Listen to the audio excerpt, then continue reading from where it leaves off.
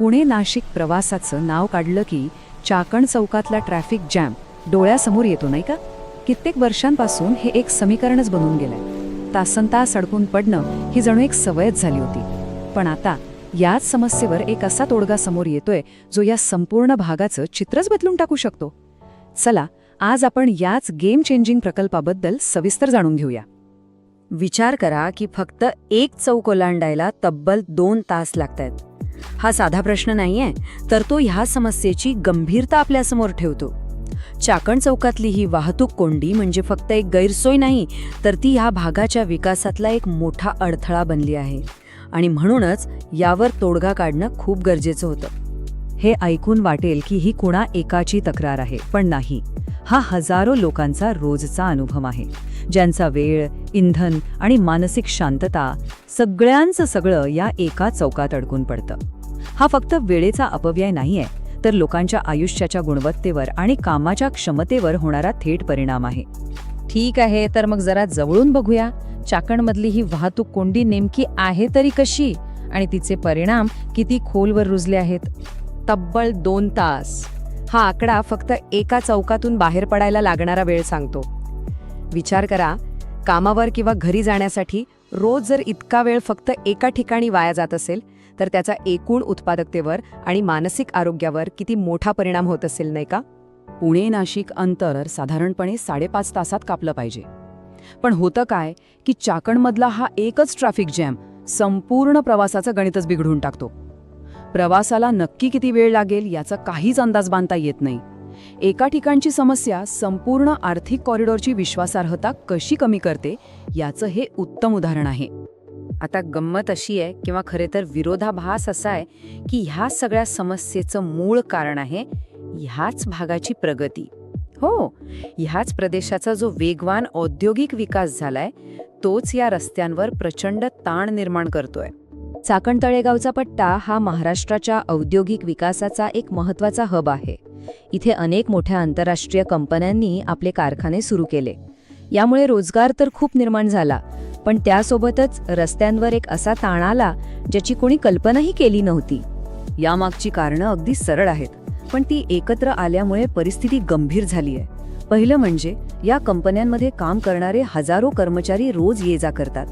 दुसरं, अवजड औद्योगिक वाहतूक म्हणजे कच्चा माल आणि तयार उत्पादनं घेऊन जाणारे मोठे ट्रक आणि कंटेनर्स. तिसरं, सकाळी आणि संध्याकाळी म्हणजे पीक आवर्समध्ये एकाच वेळी होणारी प्रचंड गर्दी. आणि चौथं कारण म्हणजे ज्या गतीने विकास झाला त्या गतीने रस्त्यांसारख्या पायाभूत सुविधा वाढल्या नाहीत. या वाहतूक कोंडीचा फटका तर सगळ्यांनाच बसतो, पण सर्वाधिक कोणाला? तर बघा, जवळपास 45% परिणाम हा रोज ये जा करणाऱ्यांवर होतो. त्यानंतर 35% फटका थेट औद्योगिक लॉजिस्टिक्सला बसतो, ज्यामुळे कंपन्यांची सप्लाय चेन विस्कळीत होते.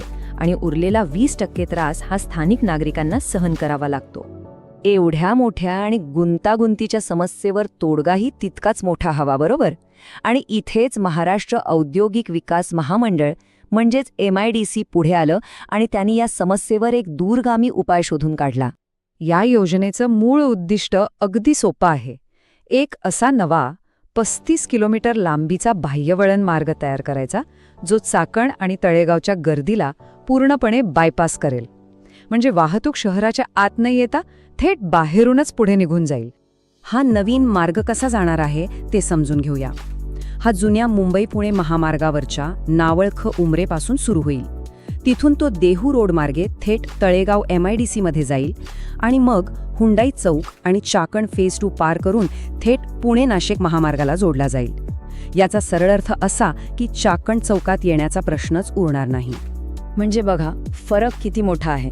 एकीकडे आहे जुना मार्ग म्हणजे ताण, अनिश्चितता आणि तासनतास वाया जाणारा वेळ, आणि दुसरीकडे हा नवीन बायपास म्हणजे वेगवान, सुरळीत आणि खात्रीशीर प्रवास. हा एक उच्च क्षमतेचा कॉन्क्रीटचा रस्ता आहे, जो अवजड वाहतुकीचा भार सहज सांभाळू शकेल. ह्या प्रकल्पाचा आवाका या आकड्यावरूनच लक्षात येतो. फक्त सुरुवातीच्या टप्प्यासाठी 150 कोटी रुपयांपेक्षा जास्त खर्च अपेक्षित आहे. हा आकडा आपल्याला सांगतो की हा प्रकल्प किती मोठा आहे आणि सरकार या समस्येला किती गांभीर्याने घेत आहे. पण एक गोष्ट लक्षात घ्यायला हवी, हा फक्त एक रस्ता नाहीये. हा खरं तर भविष्याकडे नेणारा एक मार्ग आहे. चला, याचे दूरगामी परिणाम काय असतील ते पाहूया. याचे फायदे फक्त उद्योगांपुरते मर्यादित नाहीत, ते थेट सामान्य माणसाच्या आयुष्याला स्पर्श करणारे आहेत.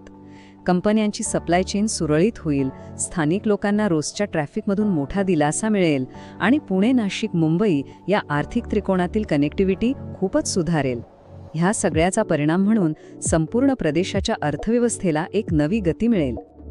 आणि सगळ्यात महत्त्वाची आणि आनंदाची बातमी म्हणजे हे सगळं फक्त कागदावर नाही आहे. या रस्त्याचं काम आता जवळजवळ पूर्ण झालंय आणि लवकरच तो वाहतुकीसाठी खुला केला जाईल. म्हणजेच या भागातील लोकांची अनेक वर्षांची प्रतीक्षा आता संपणार आहे. हा 35 किलोमीटरचा बायपास नक्कीच एक खूप मोठं आणि गरजेचं पाऊल आहे, यात शंका नाही. पण जाता जाता एक विचार करण्यासारखी गोष्ट आहे. ज्या वेगाने हा प्रदेश वाढतोय ते पाहता भविष्यातल्या वाहतुकीच्या गरजांसाठी हा एकच तोडगा पुरेसा ठरेल हा? याचं उत्तर तर येणारा काळच देईल. पण एका मोठ्या समस्येवर उचललेली ही एक योग्य दिशेने टाकलेली धाडसी आणि महत्त्वपूर्ण सुरुवात आहे, हे नक्की.